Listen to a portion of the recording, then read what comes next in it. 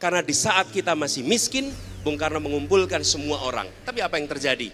Warga Asia, Afrika yang dipanggil datang ke Bandung, mereka semua menyaksikan semangat bangsa baru namanya Indonesia di dalam meraih kemerdekaan dan menjadi inspirasi bagi kemerdekaan dari Asia dan Afrika. Yang namanya Soekarno, hari itu dikritik habis-habisan.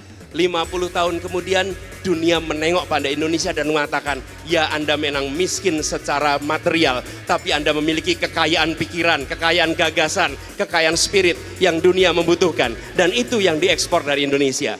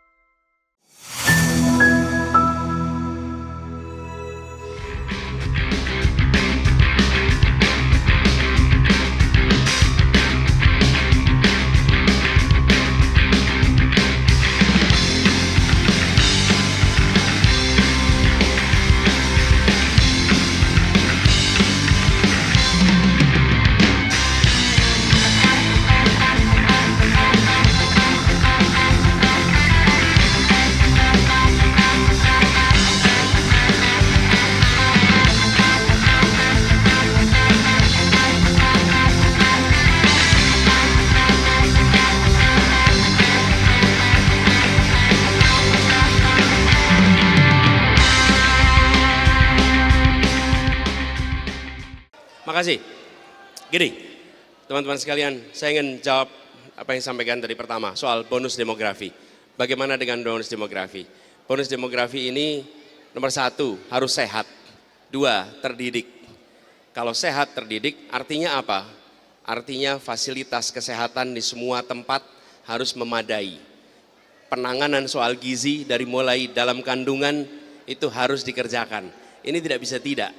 Dan kalau ini tidak dikerjakan, maka akan sulit kita mendapatkan sebuah kualitas manusia yang secara kesehatan itu baik. Yang kedua, pendidikan. Pendidikan kita tahu ada negeri, ada swasta.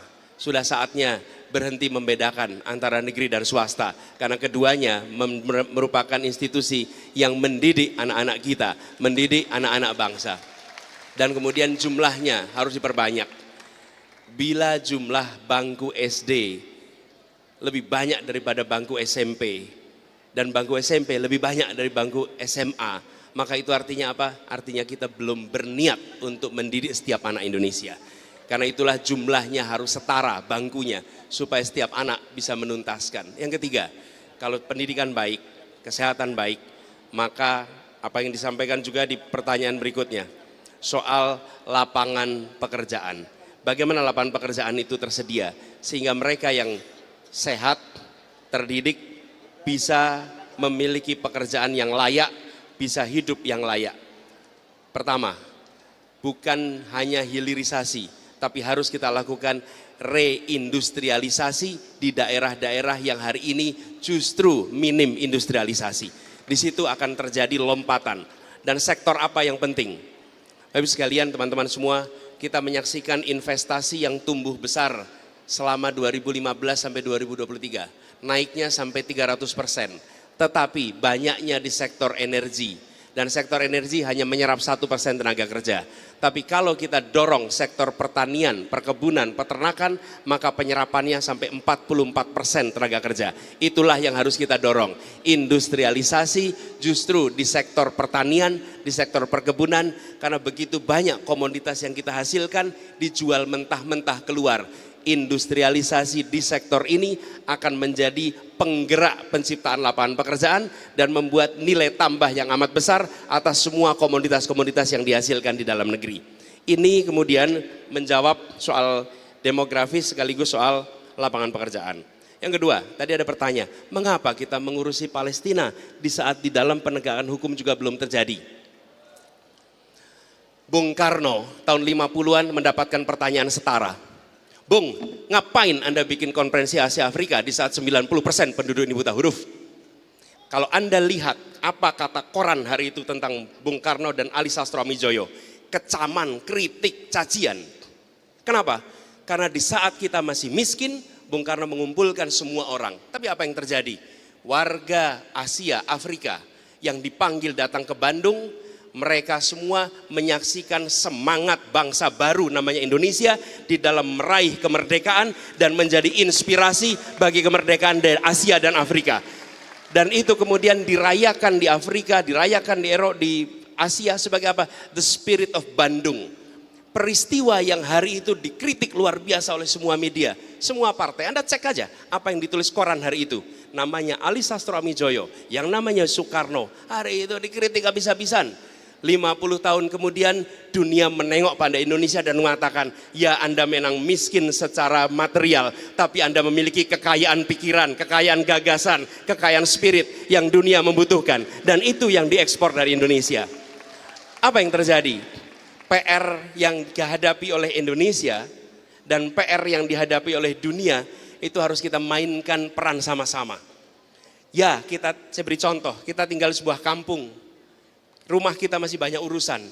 Tapi ketika di kampung kita ada keluarga yang mengalami krisis kemanusiaan, maka kita tidak bisa bilang pada anak-anak kita, lupakan soal keluarga itu, kita hanya pikirin sendiri. Tidak, sebagian kita kirimkan untuk membantu mengurusi krisis kemanusiaan yang ada di tangga kita.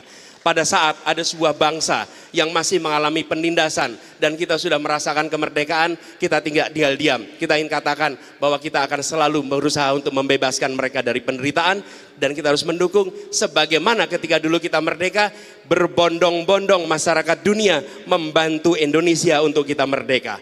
Mereka masih punya masalah, tapi mereka tak tinggal diam. Kita tunjukkan kepada dunia, ya kami warga Surabaya, ya kami warga Indonesia, tapi kami juga warga dunia yang ambil tanggung jawab untuk perdamaian dunia. Kemudian tadi ada yang bertanya soal apa masalah keadilan, apa bedanya. Teman-teman sekalian, yang kita saksikan selama beberapa tahun ini, kita didorong untuk melakukan pembangunan fisik yang luar biasa kuat. Tapi pembangunan manusia sering terlewatkan. Bagaimana dengan puskesmas kita? Bagaimana dengan sekolah kita? Bagaimana dengan apa yang kita sebut fasilitas pendidikan tinggi? Teman-teman sekalian, biaya pendidikan tinggi yang hari ini mahal itu membuat hanya mereka yang mampu yang bisa mengakses pendidikan tinggi. Bila itu kita biarkan, maka ketimpangan di masa depan akan menjadi jauh lebih besar lagi. Karena itulah mengapa harus dilakukan perubahan supaya ada kesetaraan. Dan yang tidak kalah penting, aturan-aturan yang membatasi kebebasan bicara. Tadi disampaikan, banyak aturan yang menghalangi. Kami dari awal, berbulan-bulan yang lalu kami sudah mengatakan bahwa semua aturan undang-undang, peraturan yang membuat kita takut untuk berbicara, aturan itu harus diubah dan justru harus memberikan kebebasan untuk berbicara. Sudah lama itu dikatakan.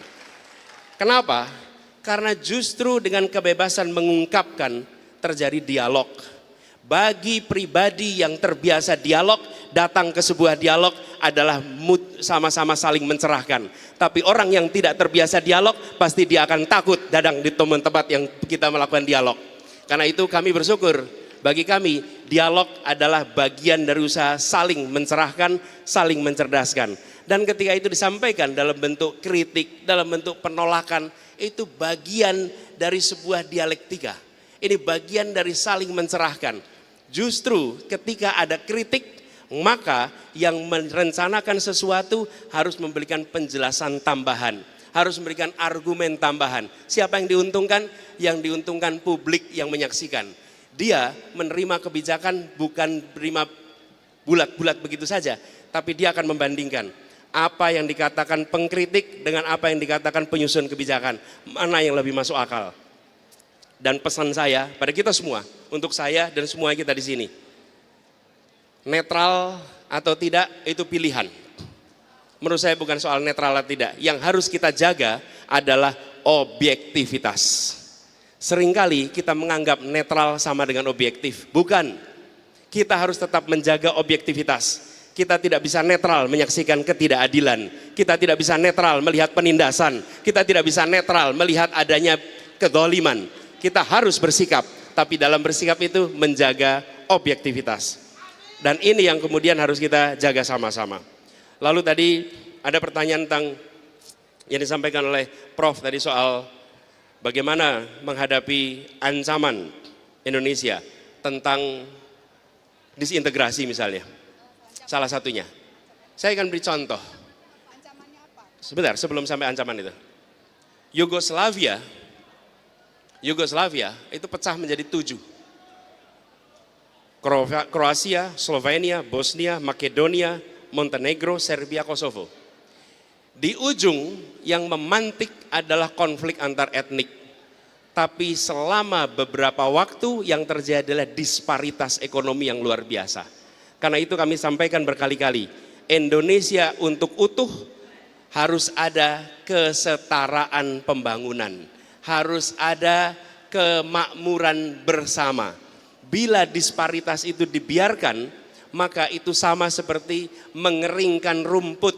Dan kalau rumput itu kering, maka bila ada yang lewat dan menjatuhkan puntung rokok, terbakarlah rumput itu.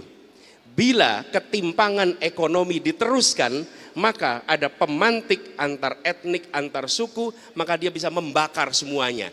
Menjaga dan mengkoreksi ketimpangan adalah salah satu kunci untuk menjaga keutuhan dari bangsa ini.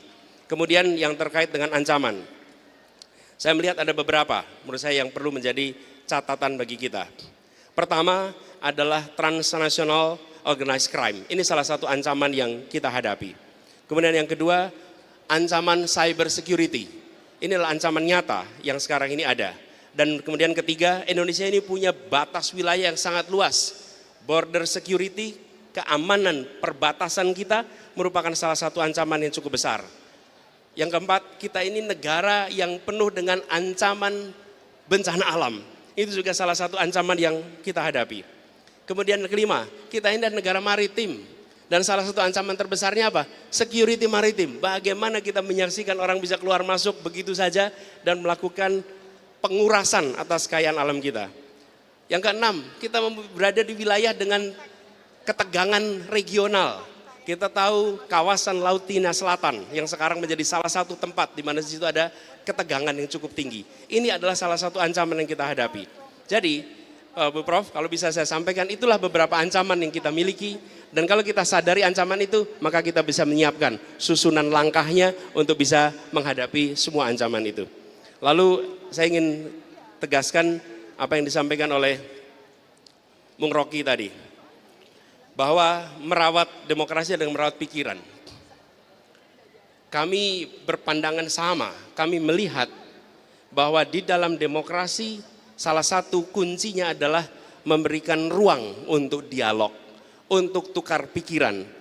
Dan itu artinya harus punya pikiran, harus punya gagasan. Kalau tidak ada gagasan, tidak ada pikiran, tidak mungkin bisa dialog. Dialog itu membutuhkan bekal gagasan dan pikiran. Dan demokrasi adalah ruang yang memberikan kesetaraan untuk itu. Ini komitmen kami untuk dijaga. Dan cara melihat komitmen bukan dengan menanyakan besok berbuat apa. Apakah kemarin memberikan ruang untuk kebebasan? Kalau boleh saya sampaikan, saya bertugas di Jakarta. Dengan segala macam kritik, dengan segala macam komentar, kami tidak pernah satupun mengirimkan keluhan, bahkan menuntut kepada polisi atas kata-kata siapapun tentang apa yang dikerjakan oleh Gubernur Jakarta. Nol, tidak ada. Kenapa? Karena biarkan mereka mengungkapkan yang menjadi pikiran. Dan kalau itu diungkapkan dengan kata-kata yang sopan, baik. Kalau diungkapkan dengan kata-kata yang kasar, tidak apa-apa.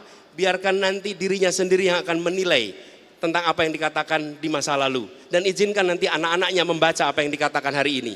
Itu adalah salah satu kunci di mana menurut kami ruang kebebasan itu dijaga. Karena itu ketika kita bicara besok kita akan jaga. Kenapa? Karena kemarin kita jaga kebebasan untuk berbicara, kebebasan untuk mengkritik, dan kebebasan untuk saling berdialog, saling bertukar pikiran. Karena dari pertukaran pikiran itulah kita akan muncul gagasan baru. Saya termasuk yang mempercayai inspirasi tidak datang dari meditasi. Inspirasi datang dari interaksi pikiran. Interaksilah yang menghadirkan inspirasi. Karena itu kalau Republik ini ingin maju, berikan ruang interaksi pikiran. Nanti akan muncul gagasan-gagasan baru untuk Indonesia ke depan. Itu jawaban saya atas semua pertanyaan tadi. Terima kasih. Baik, terima kasih.